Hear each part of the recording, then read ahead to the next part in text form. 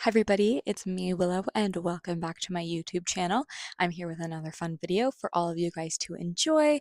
Today we are going to be doing a little recap of what I watched in the month of May.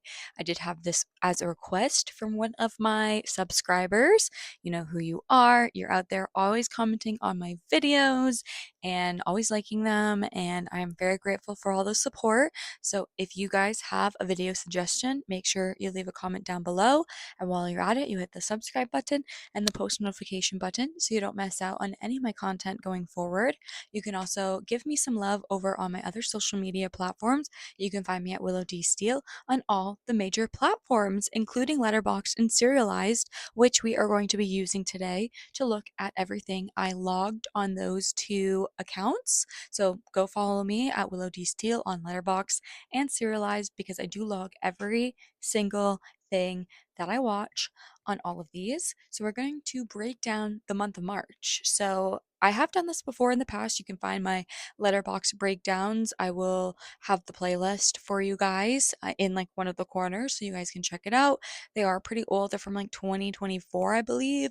So it's exciting that somebody gave me this request and I'm ready to do one for the first time in 2026. So we are going to start off with the month of March here on Letterboxd. So we're going to look through all of the different things that I logged on Letterboxd. So, that's mainly some shorts and some movies, some specials. So I'm ready to dive in.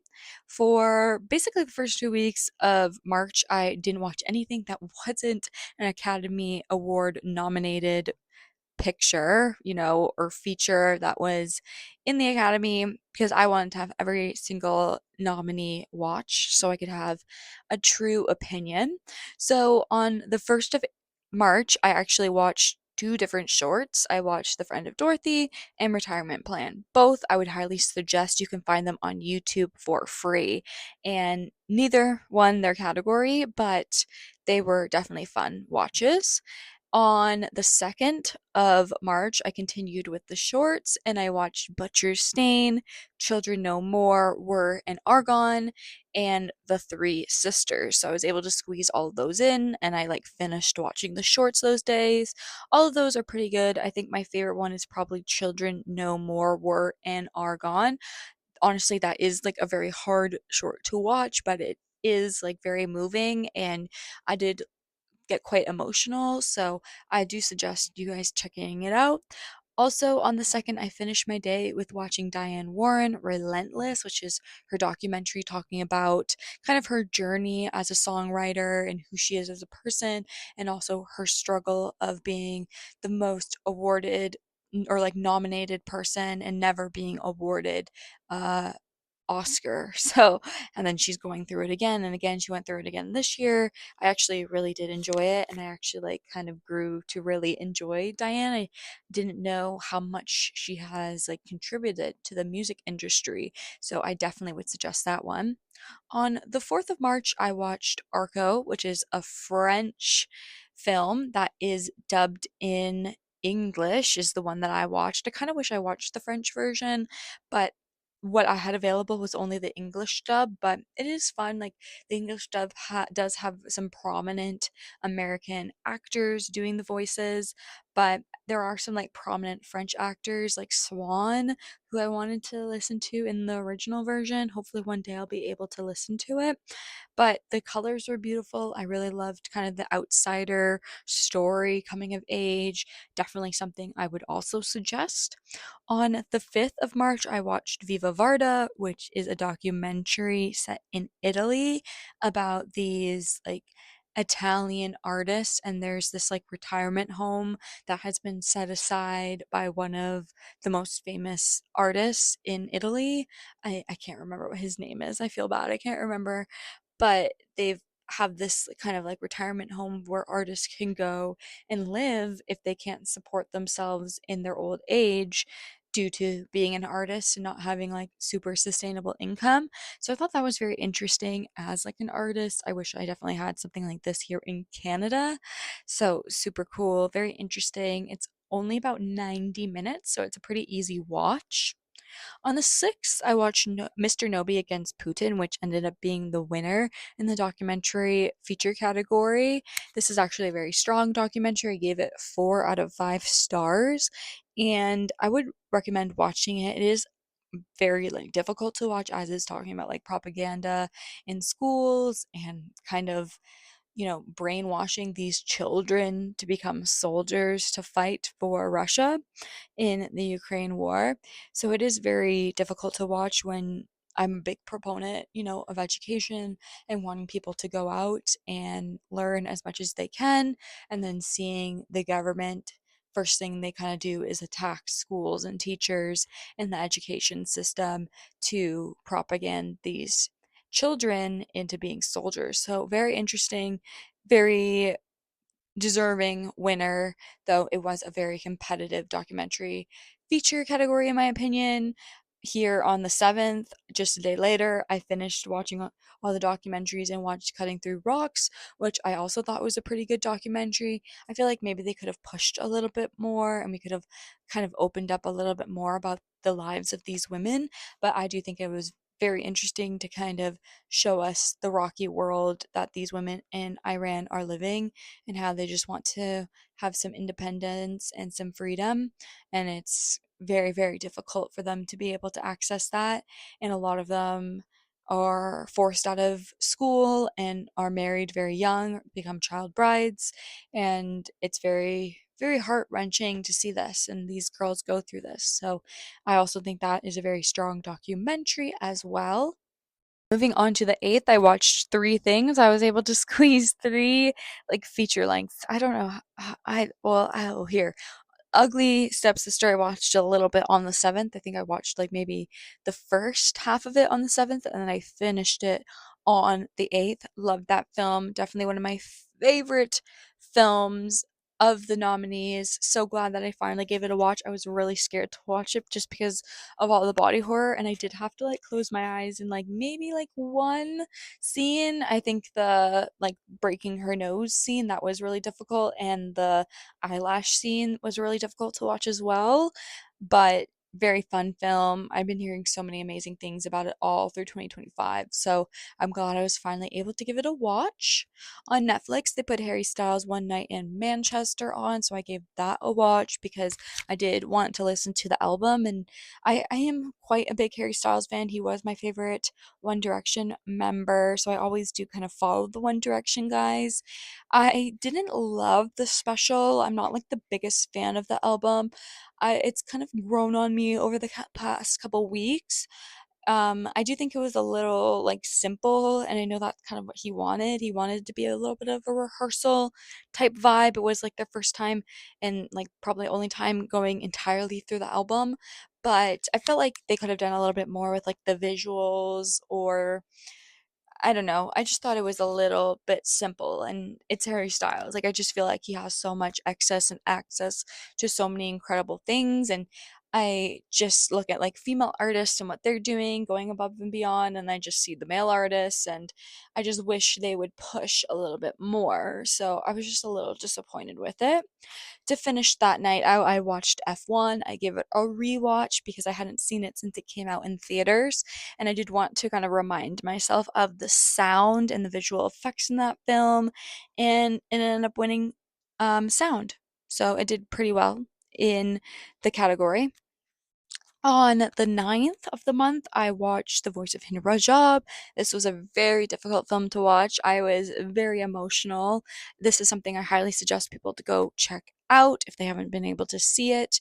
It is a true story, but it is dramatized, but it does use like real life footage of the event of this like emergency response team in the Gaza Strip trying to help this poor little girl who was trapped in a car that was being shot at by the Israeli military, and she ended up being killed along with all of her family that she was traveling with. And it's just a really brutal story, and you're hearing the real 911 call of Hinraja as the actors are playing the 911 operators. Every once in a while, you'll see a bit of camera footage from a cell phone and it switches to the real life 911 operators. And it's a very powerful film, and I just think everybody should go watch it. But it is very heart wrenching, just so you know. So definitely be prepared to watch it. I had to watch it at home just because it was a very, very brutal watch. On the 11th, I was able to squeeze in Avatar Fire and Ash. I finally watched this film. Honestly, I'm very disappointed I wasn't able to catch it on a big screen. I really did want to, but it just came out during the holidays and it was just a really busy time. And with it being over 3 hours, it's just kind of hard to fit in to go to the movie theaters sometimes because it was always playing like right as I was like finishing work. I wouldn't be able to get over, or it's playing earlier in the day, or it's playing at 10 p.m. and then I'm not going to get home till like 1 a.m. or something. So I watched it on my tiny laptop screen, and it's definitely not the best way to watch it. So I feel like part of my enjoyment was kind of diminished just due to the setup I had. I didn't get to watch it on the big screen like on an IMAX or something like that. But I don't love the Avatar series. It's never been my thing, and I'm just disappointed that James Cameron is continuing to make more of them. I wish he would come up with something else, honestly.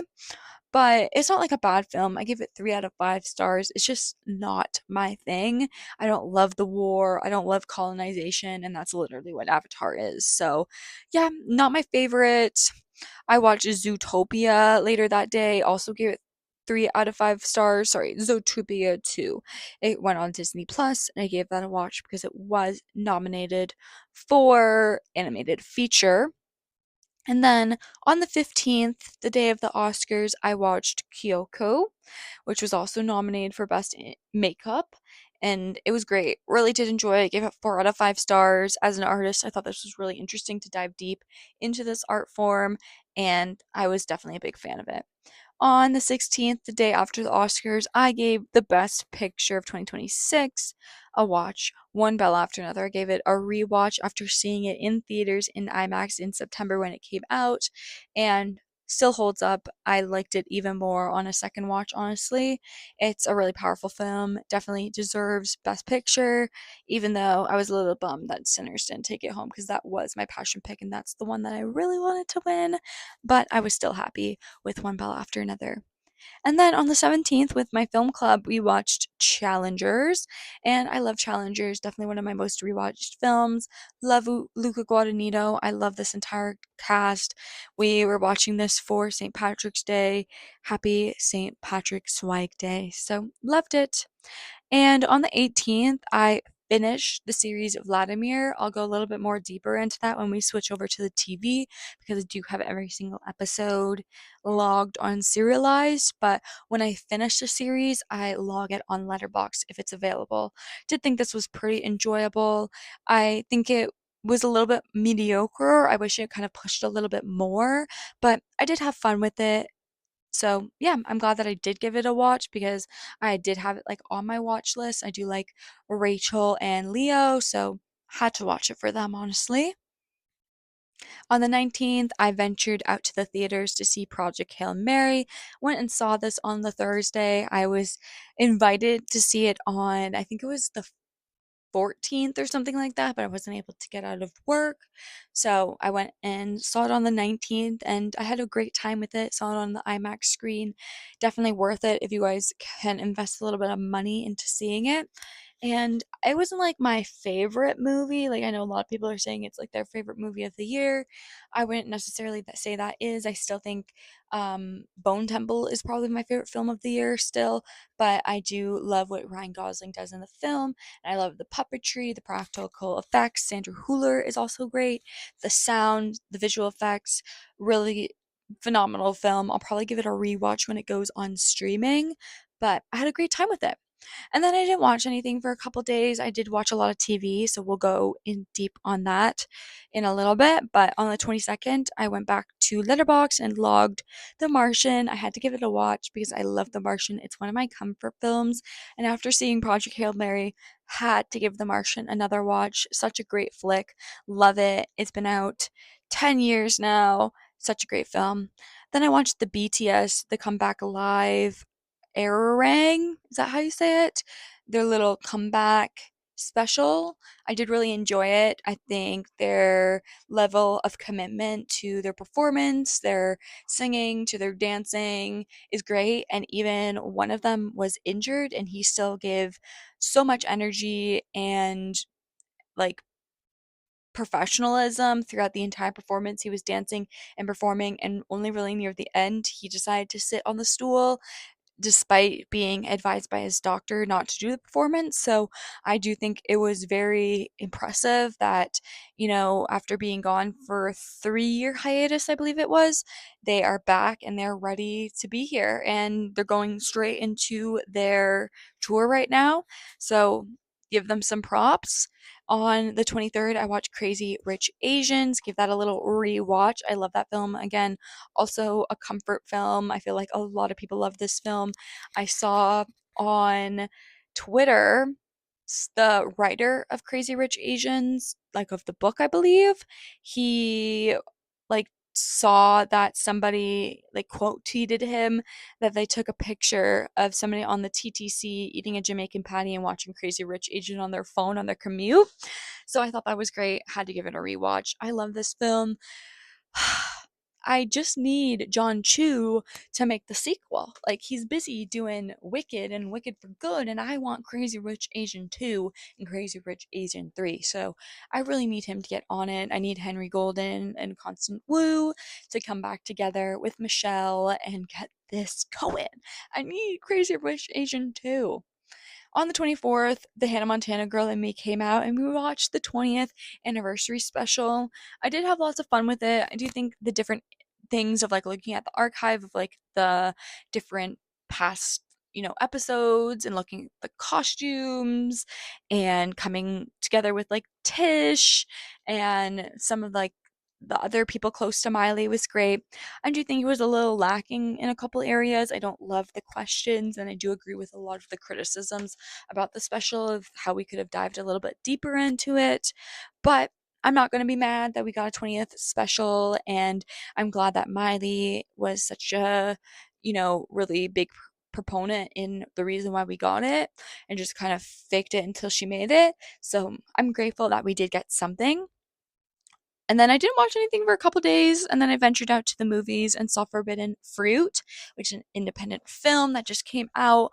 Do highly suggest you guys go watch it. I do have a review for it on my channel. Will be linked in the corners for you guys to watch it. Did have a lot of fun with the film. I do had criticisms of it as well, but I thought the cast was great. I loved Lily and Lola, Victoria, Alexandria, and Gabrielle was also fantastic. Like, a really great film, honestly. I do suggest you guys go check it out. I think it's going to have such great rewatchable ability, and I do think it's like kind of like a cult classic. Really reminds me of like The Craft and Jennifer's Body, Mean Girls, these like cult classics that people watch at sleepovers all the time. Definitely fits into that vibe perfectly. So I suggest you guys go check it out if you haven't watched it already. On the 28th, I watched BTS The Return, which is their documentary, kind of watching how they came back after their 3-year hiatus.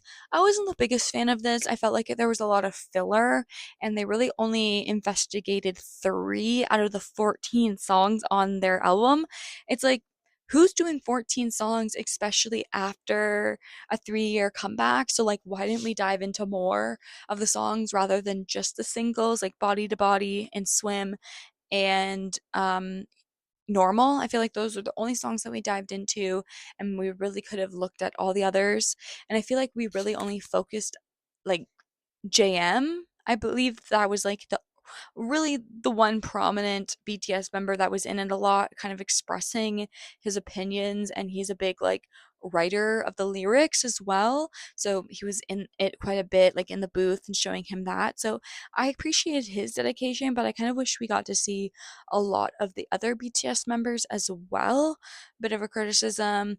And yeah, I felt like they could have dived a bit deeper, especially like how they felt about like coming back after the military, and maybe that like culture shock, and like more of like their culture, especially when they were bringing so much of their Korean culture into this album, and also kind of recognizing that they're this global star, like producing a lot of their stuff and writing a lot of it in LA, but then coming to finish the album in Korea. Like, I just find that really interesting, and it felt like they could have gone deeper.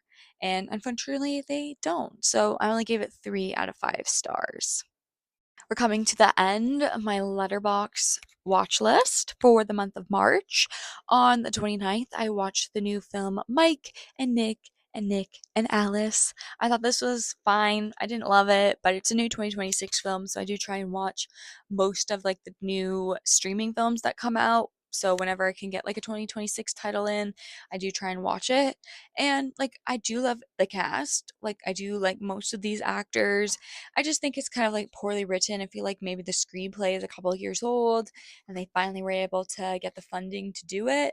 I believe it's a Sundance film. It was either a Sundance or South by Southwest, and it went like straight to streaming. So it's not like horrible per se. There are definitely enjoyable moments of the movie, and I do like the soundtrack as well, but it just never really hit home with me. It was just kind of mediocre.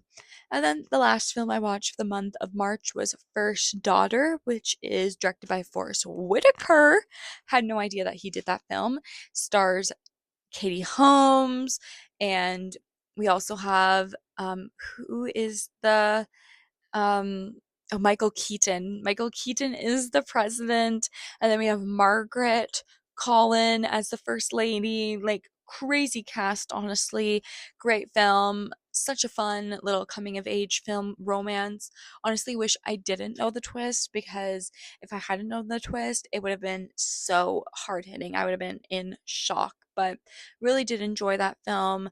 Great film to like end my month off of. I did 4 out of 5 stars for that film. So I ended up watching 29 films for the month of March, which is pretty good. I do try and watch one film a day. Didn't get to that every single day because I have been watching a lot of TV. So why don't we dive into the TV, honestly? Because, like I said, I have been watching a lot of TV. So on March 1st, I watched Saturday Night Live with Connor Story as the host. It was fantastic. I had such a fun time watching this. We had Hudson also join for the little moment with like the ice skating skit. And then they also introduced um it was Mumford and Sons, but then Hosier also joined for the second song, which is a song I love, Rubber Band Man. Such a great show. Definitely, like, not all of the skits hit for me. I gave it 3.5 stars out of 5, so it wasn't like my favorite, but it's definitely great, and I'm really happy that it's going to help Connor and Hudson to an extent with the rest of their career. And I do love Mumford and Son and Hosier, so that was also a plus. Also on March 1st, I watched Scram, which is a Croatian series that you can find on YouTube, and it's based off the Norwegian show Skam. And I watched the 8th episode. um they release the clips weekly on YouTube, so you can watch the clips weekly, and then on the Saturday they release the full episode. So I would watch all the clips throughout the week, and then I would watch the entire episode all together, so like rewatch all the clips on the Saturday when they released the full episode. So really loved that episode. I gave it 4 out of 5 stars, which is pretty strong.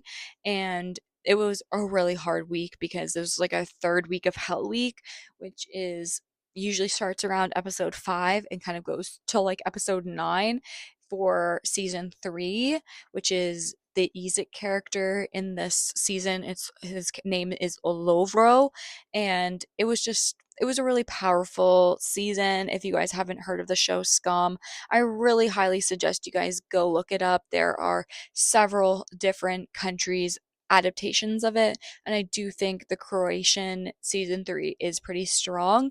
They are being awarded for their season 2, which I haven't watched, but I'm hoping to watch season 1 and season 2 of Scram later this year when I get some time. On March 3rd, I gave episode 6 of Heated Rivalry a rewatch, gave it 5 out of 5 stars. Love that episode. It's the cottage episode. It's just so beautiful. I was having a really rough day that day, so I really needed to just like end my day on like a high note. And I watched Heated Rivalry. Also that day, I watched The Fall and Rise of Reggie Dinkins episode 3, which was called Put It on Your Cabbage, and it's been one of my favorite episodes from the show. This is a new series that just came out this year. Has Daniel Radcliffe in it, and it also has Tracy Morgan in it, who plays Reggie Dinkins, who is this like washed up football player with this crazy scandal. And Daniel Radcliffe, his character's named Arthur, and he's an Oscar winning documentarian. And he's also had this crazy scandal where he worked for like an MCU adjacent superhero film, and he couldn't deal with like all of the strings and like the blue screen, and he kind of went viral like with his temper tantrum on set. So now they've like joined together, and the show's so fantastic. Such a great cable show. If you guys are not watching The Rise and Fall of Reggie Dinkins weekly, you really should. On the 4th, I watched Heated Rivalry again. I watched the 5th episode, gave it a rewatch. I kind of went backwards with the episodes because episode 5 is also a really great episode. I feel like we get a lot of depth and growth for our characters in that episode, and there's like no sex in it, which is like the first few episodes. Like there's a lot of like smut, which you're familiar with the book. And then episode 5, there's like nothing. It's just like all emotions basically. And love episode 5. Episode 5 is just so beautiful. Also gave it 5 out of 5 stars. On the 5th, I watched 2 episodes of The Night of the Seven Kingdoms. I finished the series. I watched the 5th episode, and then I watched the 6th episode of the series, which finished us out. A really strong series. I really did like it. I do think it was a little hit and miss for a couple of them, but I loved the tourney. I love me a good tourney. So it was really great. And just like the ending of episode 5 was just so crazy.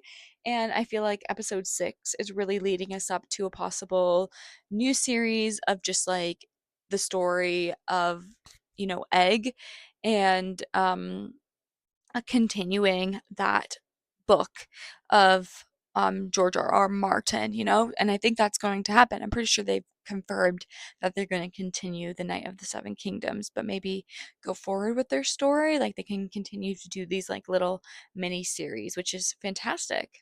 Also on the 5th, I just like watched a lot on the 5th. I think this was like a Sunday, maybe Sunday or Saturday, and I was able to just like sit down and kind of like watch a lot of the shows that have been missed that week.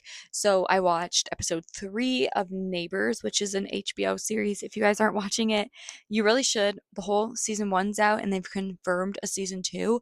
It's fantastic. I really should have done a season like review. Maybe I still will. I don't know. It's kind of been out for a little bit, but it's so hilarious. Patch of Grass was fantastic. One of my favorite episodes is all about neighbors fighting about their like grass lines and like weeds and fence lines and craziness. It's set in Florida. It's a documentary series, and it's different each week, and it's just kind of showing you the disputes and conflicts that you can arise between neighbors, and it's crazy. Also on the 5th, I watched Battery Park, episode 5 of Love Story. Great episode. This is the episode of them fighting in the park. Fantastic. I really did like it. 4 out of 5 stars. I also watched Abbott Elementary, episode 14. Aid in this episode. I thought this one was fine. I was happy to see Caleb and Ashley come back, and I liked the Paul Walter Hauser joke. But besides that, I didn't really think it was like super memorable. That's kind of all I wrote in my review.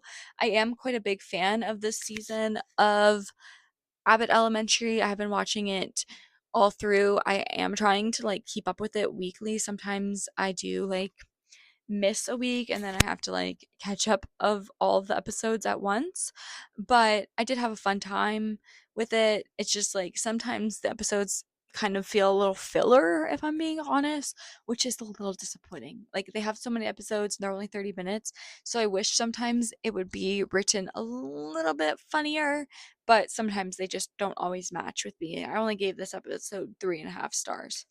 And then I finished that day on the 5th with watching The Pit. So maybe this was a Thursday, actually. I don't know, because usually I do watch The Pit right when it comes out at like 9 or 10 o'clock. And great episode. Gave it 4 out of 5 stars. Episode 9. Um, this was the hot radiologist episode. Oh yeah, this was that episode.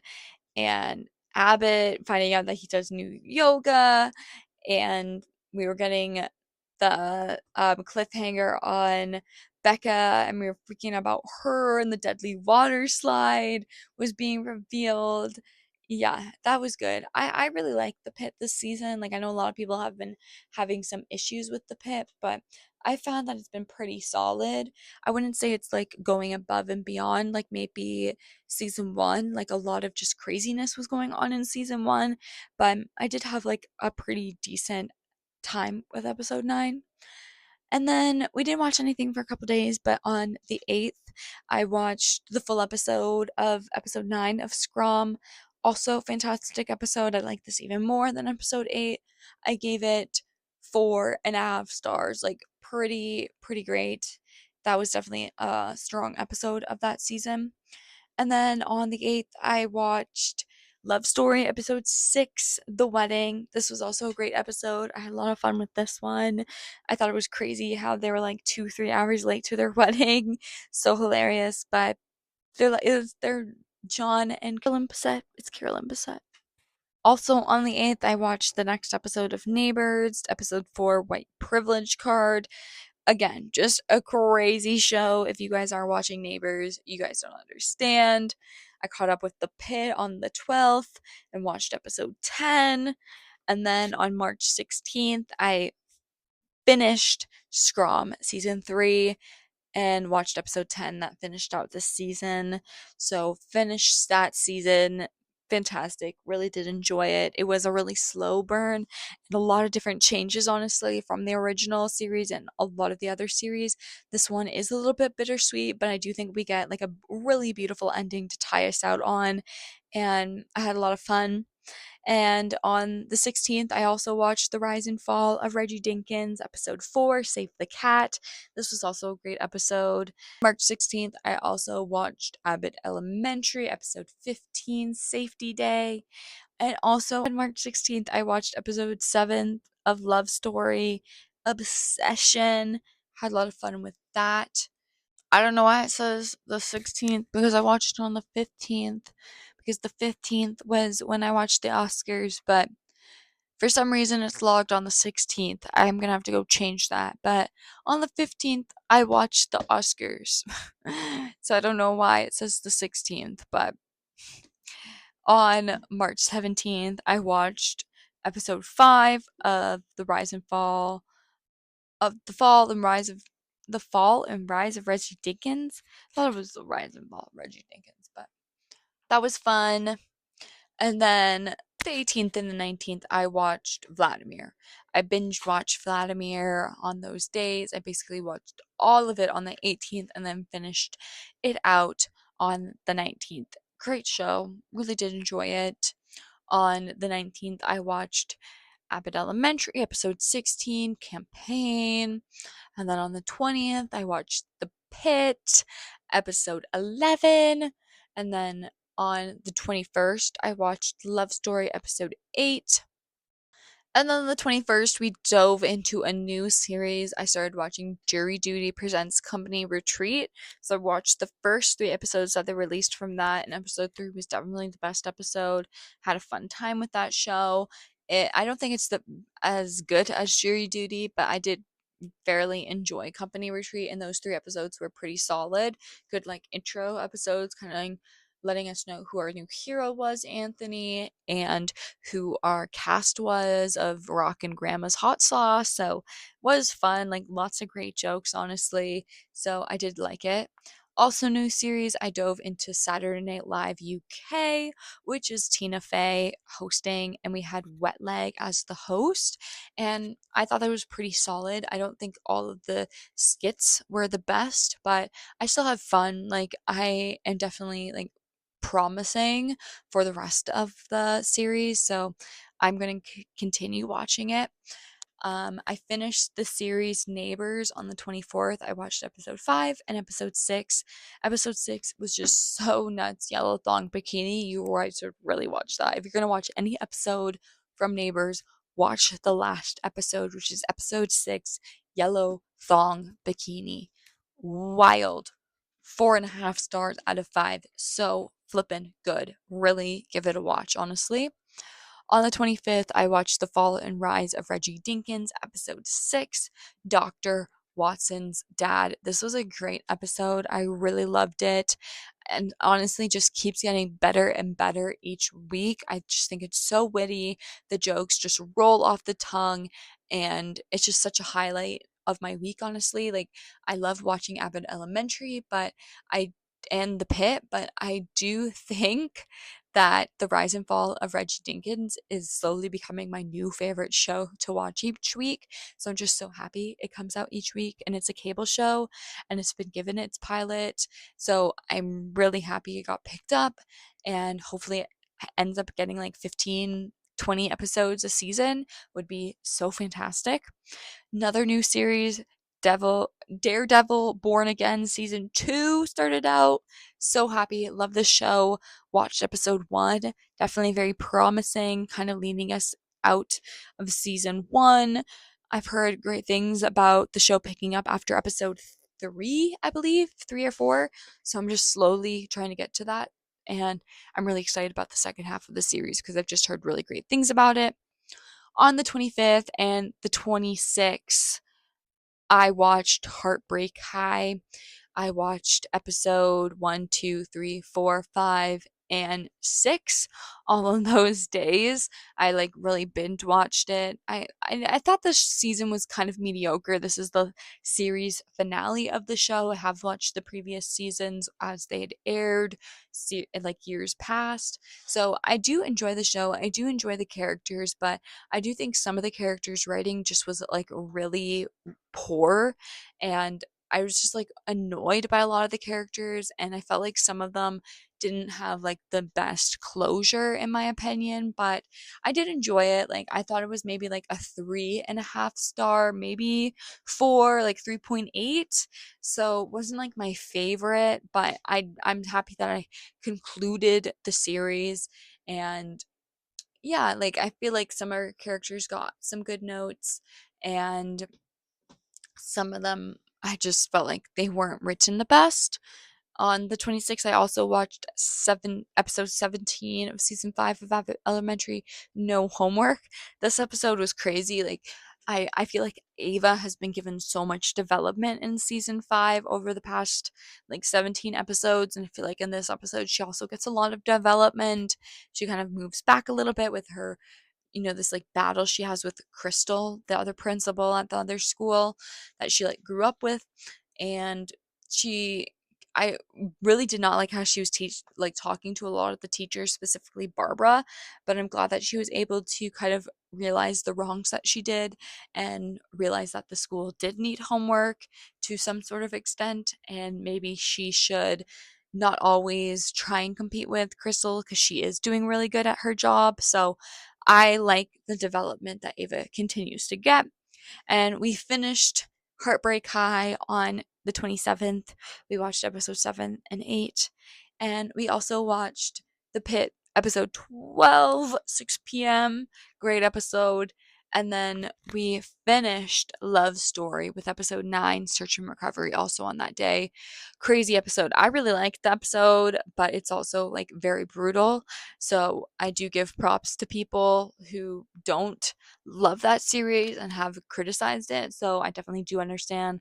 I did really enjoy it, but I am like pretty young. I don't have a lot of attachment to these people. So I feel like those who like are a couple years older than me and grew up with John and Caroline will just yeah, it's a bit much. So I can definitely understand the criticisms of the series, but I did enjoy it quite a bit, and I do like both of the actors, Paul and Sarah. So I'm interested to see what they continue to do in the future. And then on the 30th, I watched the fourth episode of Company Retreat. And to finish my month off on the 31st, I watched the episode 5 of Company Retreat. And that's how I finished my month with watching TV. So yeah, I'm watching quite a few different series. Was finishing Company Retreat. It just finished, and I'm in the middle of Daredevil, and I'm watching Saturday Night UK and watching The Pit, and having a fabulous time with all of these shows. Honestly, I'm just loving everything that I'm watching, from movies to TV. I feel like right now it's just like such a sweet spot. We just finished Oscar season, and now we're diving into all these different new shows starting up, and we're diving into festival season really soon, and it's going to be blockbuster season soon. So I feel like I'm really just trying to catch up on a lot of stuff in the month of March and going into April. So I'll definitely try and do one of these videos for April. I do think these are always fun videos, seeing what people watch. You can get some ideas and maybe add some things to our watch list. I feel like most people just do movies, so I wanted to add the TVs because I am watching a lot of TV right now, and I do think TV is really strong, and I love Serialized. It's like one of my new favorite apps since I joined in January. So again, go give me some love on Letterboxd and Serialized. You can find me at Willow D Steele, and while you're at it, you can also find me on the Awards Expert app and on Letterboxd and Serialized, like I mentioned, Instagram and TikTok. All Willow D Steele. You can find me on all social media platforms. So please give me some love. Go give me a follow on those social media platforms. And also give me some love here on YouTube by liking the video if you guys had fun with it. Also, comment below what you guys were watching in the month of March. What was your favorite movie? What's your favorite TV series you're watching?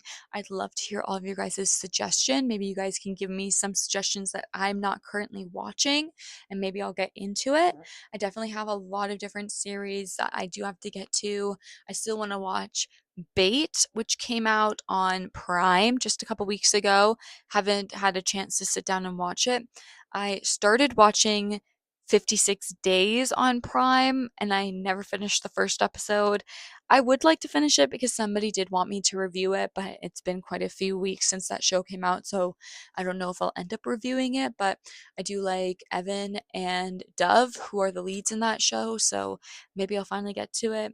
I do want to rewatch season 1 of Interview with the Vampire, and I haven't seen season 2 of Interview with the Vampire, so I want to do that so I can be all ready for June for Interview with the Vampire season 3. Lestat the Vampire. I'm just so excited, and I want to watch that live, so I have to catch up with season 2. And I also want to, like I mentioned, watch season 1 and season 2 of Scrum because I've seen season 3, and I have seen basically all the seasons of all the remakes of the Scum, and I want to catch up on Scrum because this is like one of the only series that I haven't watched all of it. So I really do like all the season 1s of the adaptations. So I really do want to watch that. And yeah, so continuing to watch The Fall and Rise of Reggie Dinkins, continuing to watch Abbott Elementary. These are my staples. We are going to finish The Pit season 2 in April, so lots to look forward to. So if you guys are subscribed and have post notifications turned on, you won't miss out on any of this coverage coming out in the next couple weeks. Thank you guys so much for all of your love and support. I'm so grateful for my beautiful cinema loving community here. I am just so grateful to find like-minded people, and all of your guys' encouragement and support really helps to push me out into the algorithm so we continue to have more like-minded people join my channel and the cinema loving community. So thank you guys so much for the support. Until my next video, remember to keep getting lost in film, guys. Bye.